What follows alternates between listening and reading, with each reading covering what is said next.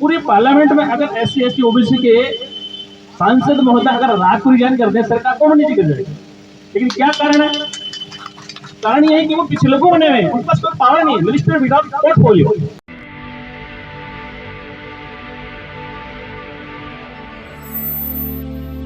जय भीम नमो बुद्धाय।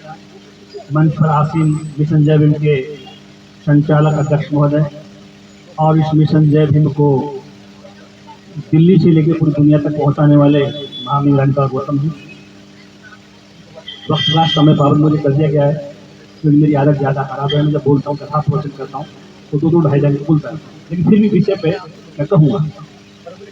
वेद शास्त्र में पढ़ता हूँ, कुरान में पढ़ता हूँ, बाइबल में पढ़ता हूँ, गुरु ग्रंथ साहिब में पढ़ता हूँ, रविदास जी को पढ़ता हूँ, कबीर साहब को पढ़ता हूँ, संत तुकाराम को पढ़ता हूँ, संत फल्टू को पढ़ता हूँ, नानक देव को पढ़ता हूँ। सभी को पढ़ के ये निर्णय लिया कि बाबा साहब ने उस समय सबको पढ़ के निर्णय नहीं लिया होता तो आज आप हम सब यहाँ नहीं होते। आज आप हम सब यहाँ नहीं होते। इतने लोग को मैं उन लोगों के पास भोजन पे जाता हूँ, इकट्ठे हो जाते हैं, जिससे आप यहाँ प्रदर्शन में इकट्ठे, आप एक आंदोलन करने चल रहे हैं। एक हमारे दलित बच्ची के साथ, बहन के साथ अन्याय हो रहा है यूं विश्वविद्यालय के द्वारा, और आप हम सब छोड़े हुए निजाम। इसका कारण क्या है कि बाबा साहब ने सही कहा था। जब डेलीगेट्स विदेशी लोग आए तो गांधी जी सो रहे थे, पटेल साहब सो रहे थे, लेकिन उन्होंने पूछा बाबा साहब रात को 12 बजे जगह। उन्होंने पूछा कि बाबा साहब नेहरू जी सो रहे हैं, पटेल साहब सो रहे हैं, गांधी जी सो रहे हैं, आप क्यों जगह रहे? उन्होंने कहा कि मेरा समाज सोया हुआ है, इनका समाज जगा हुआ है, इसलिए मुझे सोए हुए समाज को जगाने के लिए जगना पड़ रहा है, और इनका समाज जगा हुआ है। आज तक हम सब ही सोए हुए हैं, किसी भी संस्था में कहाँ भी काम कर रहे हैं, हमारे साथ सब जगह शोषण होता है। न्यायपालिका में शोषण होता है, कार्यपालिका में शोषण होता है, विधायिका में शोषण होता है। ऐसे ऐसे मंत्री मेरे संपर्क में हैं, प्रोटोकॉल है केवल कोई उनके पास पावर्स नहीं है, ओरिजिनल पावर नहीं है, क्योंकि रिमोट उनके हाथ में, उनको यूज करके फेंक दिया जाता है, जैसे आम को चूस के फेंक दिया। तो सरकारें ऐसी आ गई, मानसिकता बदली हुई है। सरकार किसी की नहीं हो, आजादी से आज तक जो सरकार आई, हमारे जो मंत्री बने, कोई मंत्री बोल्ड हुआ है जो समाज में आगे बढ़ा, वरना उन्होंने कंट्रोल अपने पास रखा है, उनको नाम का विभाग दिया गया। उस समय बाबू जगजीवन राम जी थे, बड़े बोल्ड नेता थे, समाज के लिए काम किया। उनके पास जब वीपी सिंह की सरकार आई, उस समय हमें मतलब विशेष करके दलितों का संघर्ष था कि ओबीसी को आरक्षण दिया गया, मंडल आयोग लगाया, क्योंकि मंडल साहब थे वो शेड्यूल कास्ट से बिलोंग करते, बाबा साहब। लेकिन इन्होंने संघर्ष किसके लिए किया? अन्य पिछड़ा आदिवासियों के। और आज भी अन्य पिछड़ा आदिवासी बहुत सोया हुआ है। मैं पूरे भारत में भ्रमण करता हूँ कि उनकी मानसिकता उनके साथ जुड़ी हुई है। अब कुछ जागरूक लोग आए हैं, विश्वविद्यालय में पढ़ते हैं, प्रोफेसर हैं, वो इतिहास पढ़ते हैं, कानून पढ़ते हैं, तो वो जाके जगा रहे हैं, फिर भी लोग सोए हुए हैं। इसका कारण क्या है कि हमें ऐसे अफीम पिला दी गई। मैं कहूँगा धर्म का नशा एक अफीम है। ये नशा किसका है? अफीम का नशा। अफीम खा के आदमी सो जाता है, उससे कुछ होता है। इसलिए हमें अफीम की चाशनी में ऐसा पिरो दिया गया कि हम उठ के सोचते हैं हमें करना क्या है, हमारे अच्छा क्या है, बुरा क्या है, कि संविधान हमारे लिए है कि नहीं, उपयोग कितना है, हमारा अधिकार क्या है, मूल अधिकारों का भी आपको पता है। आज हम बहन के इस आंदोलन में इकट्ठे हुए हैं जिसका अन्याय हो रहा है। अन्याय कौन करें?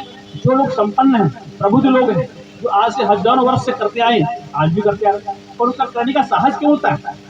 क्योंकि हमारी जनसंख्या उनकी तुलना में ज्यादा है, लेकिन वोट बैंक उनके पास है। पूरे पार्लियामेंट में अगर एससी एसटी ओबीसी के सांसद महोदय अगर रात को रिजाइन कर दे, सरकार तो नहीं टिक जाएगी। लेकिन क्या कारण है? कारण यह है कि वो पिछले को बने हुए हैं, उनके पास कोई पावर नहीं है, मिनिस्टर विदाउट पोर्टफोलियो। मतलब मंत्री तो हैं, एक पावर नहीं, कानून मंत्री हैं, एक जज का ट्रांसफर नहीं कर सकते, गृह मंत्री हैं, क्योंकि हमारे तो मंत्री भी ऐसे वक्त है। बुरा मत मानना, जो सरकारें जिनके हाथ का लगाम है, आदिवासियों को, पिछड़ों को, एससी एसटी ओबीसी को, माइनॉरिटी को नाम के मंत्री बनाते, अगर वो समाज के एक्शन लेता है तो पहले रिएक्शन करते हैं, या तो उसके पावर कम कर देंगे या मंत्रालय बदल देंगे, और बोलेगा तो अगली बार टिकट नहीं मिलेगी। बोलेंगे समाज के पक्ष में तो अगली बार टिकट नहीं मिलेगी। लेकिन मैं ये कहना चाहता हूँ, यदि ओबीसी एसटी एसटी माइनॉरिटी संगठित हो जाए तो टिकट वो घर देने आएंगे, बांटेंगे नहीं, आपको लाइन लेना पड़ेगा। आपके पास घर आएंगे कि साहब कहा टिकट ले लो। आज आप हम टिकट ले भाग रहे हैं क्योंकि हम संगठित होंगे, यूनिटी बनेगी। अगर हम संगठित हो जाएंगे, हमारी पूरी आबादी एससी एसटी ओबीसी की माइनॉरिटी की आबादी 85% से ऊपर है, अगर हम संगठित हो जाए तो टिकट के लिए हमें बीजेपी के पास जाना नहीं पड़ेगा, कांग्रेस जाना पड़ेगा। आपको सब टिकट घर बांटने आएंगे, वोट बैंक है।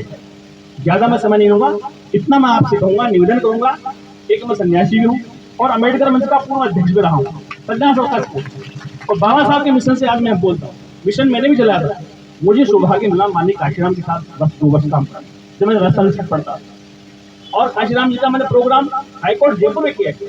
कुछ लोग ऐसे डरे हुए आए थे, तो पेड़ के पीछे छुपाता हूँ, कहाँ छुपा को देख ले। चीफ मिनिस्टर भैरव सिंह जी से खाओ, 1 घंटे का टाइम दिया। काशीराम जी बोले मुझे 1 घंटे का टाइम दिया बोलने को सिर्फ। अब देख लो सरकारी क्या चाहती कि यहाँ का कोई दलित नेता आके भाषण भी दे सकता, जगह भी दे सकता, इस सरकारी ऐसा।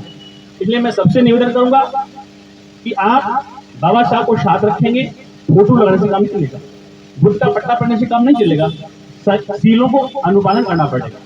पंचशील हम पहनते हैं पट्टा, पंचशील का पालन तो करें। बाबा साहब का फोटो लगाते हैं, बाबा साहब की क्या देंगे उसका भी जरूरी है।